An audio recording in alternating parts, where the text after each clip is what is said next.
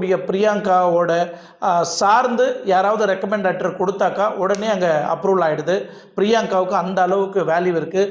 ஏன் நம்ம கேபிஒய் பாலா கூட ஒரு ஷோவில் அவர் வெளியே அவுட் ஆகிருக்கணும், ஏன்னா அந்த அளவுக்கு அவர் ஷோ பண்ணியிருந்திருப்பார்.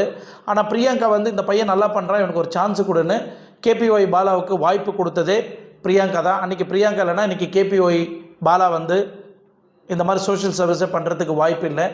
இது வேறு டாப்பிக்கு. இதை சார்ந்து நிறைய விஷயங்கள் பிரியங்கா உள்ளே நிறைய கோல்மால் பண்ணிகிட்டு இருக்கிறாங்க. அது மட்டும் இல்லை, பிரியங்காவோட ஹஸ்பண்டு அங்கே ப்ராஜெக்ட் மேனேஜராக இருக்கக்கூடிய அந்த பிளேஸில் இவங்க எப்படி உள்ளே கண்டஸ்டண்ட்டாக இருக்க முடியும்? அப்போது அவங்க எல்லா சப்போர்ட்டும் இவங்களை சார்ந்து தான் இருக்குது. மாக்கப்பா அதை தான் சொல்கிறாரு. மாக்கப்பா என்ன சொல்கிறாரு? மாக்கப்பா 2 எலிஃபெண்ட்டும் சண்டை போட்டுக்குது காட்டுக்குள்ளே. அந்த டைமில் நாம் போய் சமாதானப்படுத்துறதுக்கு போனால் நம்மளை ஏறி மறிச்சிட்டு போயிட்டே இருக்கோம் அப்படின்னு சொல்லிட்டு மாக்கப்பா ரொம்ப ஈஸியாக எஸ்கேப் ஆகிடுறாரு. ஸோ இதை சார்ந்து நிறைய விஷயங்கள் இருக்குது.